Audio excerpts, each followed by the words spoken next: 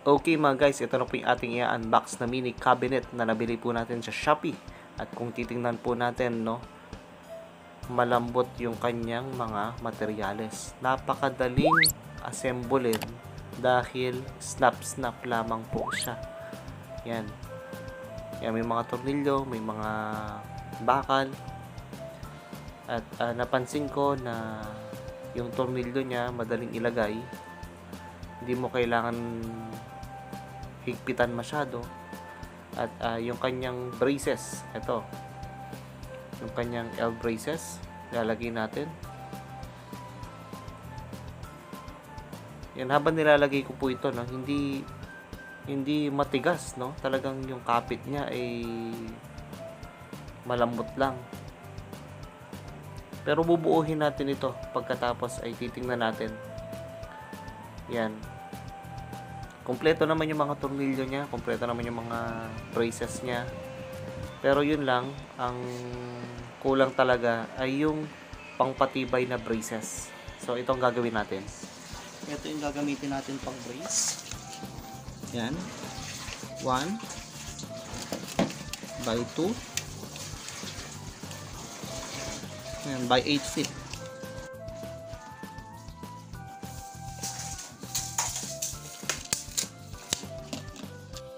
Hindi ko na pinakita yung video dahil trinay po natin na ilagay kanina yung mga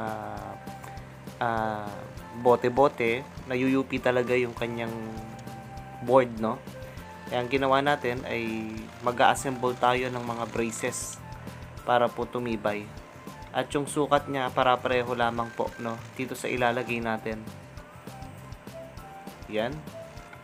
Ginawa-gawa na lang po natin, lagari lang po tayo. Tapos, liha-liha. Yan, yung cordless drill natin. Ginawa na natin pang liha-liha para mapabilis po yung ating trabaho. Okay, so ayan.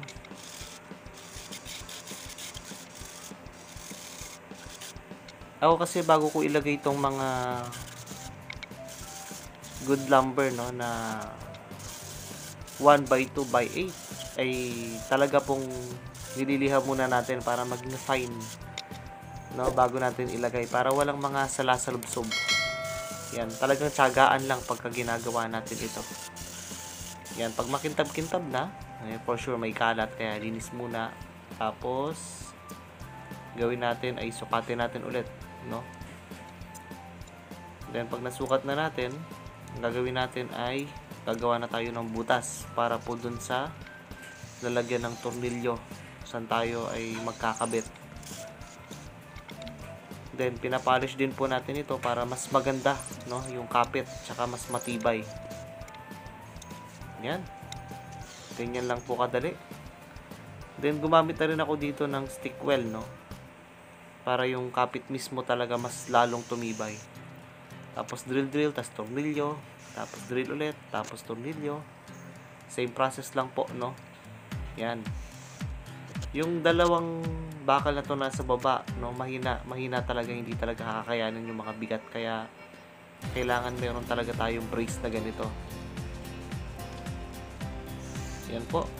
Same process lang po ito, no. Drill, tapos tornilyo, drill. Yan, sinisigurado po natin na talagang makapit yung mga nilagay nating kahoy, tsaka yung board. Yan, mamaya explain ko, no, paano natin napatibay ito. Yan. So, ito na. Patapos na tayo. Yan. Ito na yung finish natin, no. Papakita ko sa inyo. Ayun yung mga brace na nilagay natin. Ito, yung likod niya. Ito yung itsura. Yan. Sinadya ko na, ilabang ko na talaga yung butas, no, para maglalagay na lang tayo. Tinansya-tansya lang po natin yung taas, no, para po maabot nila mother tsaka ng kapatid ko. Yan. Then bumutas tayo. Ako, yung ginagamit ko sa pagbutas dito ay yung drill bit natin, no, number 5. Tapos ayan, nilagyan natin ng markings para masundan natin. Hindi na ako nagto-tox dito ginagamit ko na lang talaga yung mga kahoy, no? Pag nagtutornilyo. Mas madali na lang siyang i-install nun. Para ka na lang din naglalaro. Yan, okay na. Tingnan natin, no, kung ano ba to, naka-level. Naka-level siya. Yan. Level na level. So, okay guys, ito na po yung ginawa natin. Yan. Ito yung brace niya, no. Dito tayo sa baba. Ito yung mismo nag-hold dito. Yan sa gilid. Tsaka dito. Yan. Para mas malakas yung hold niya. Matibay, no. Tapos ito. Kaya ako naglagay niyan para dito. Yan, dito. Yan. Para matibay. Yung hawak hindi basta yuyupi itong ating board.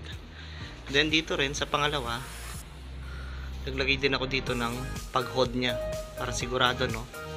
Ayan, dito. Malagay dyan. Tapos pataas. Ayan. Hindi na ako naglagay dito kasi maliliit lang namin ilalagay. Okay pa to. Ayan, yung sa taas, ito. Dito naman yan. Para hindi rin tuyupi. Ayan, papansinin nyo. Okay. So yan, para mas matibay, yan yung mga brace na nilagay natin. Ayan. Ayan. Okay. So yan, matibay.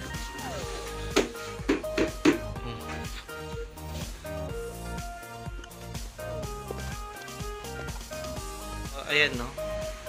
Yan. Yan, totoong mga ano yan. Tubig yan, ito. Yan. Tapos ito lahat. Oh. Yan, kanyang katibay yan. Hindi basta bibigay yan. Yan. Yan. Oh.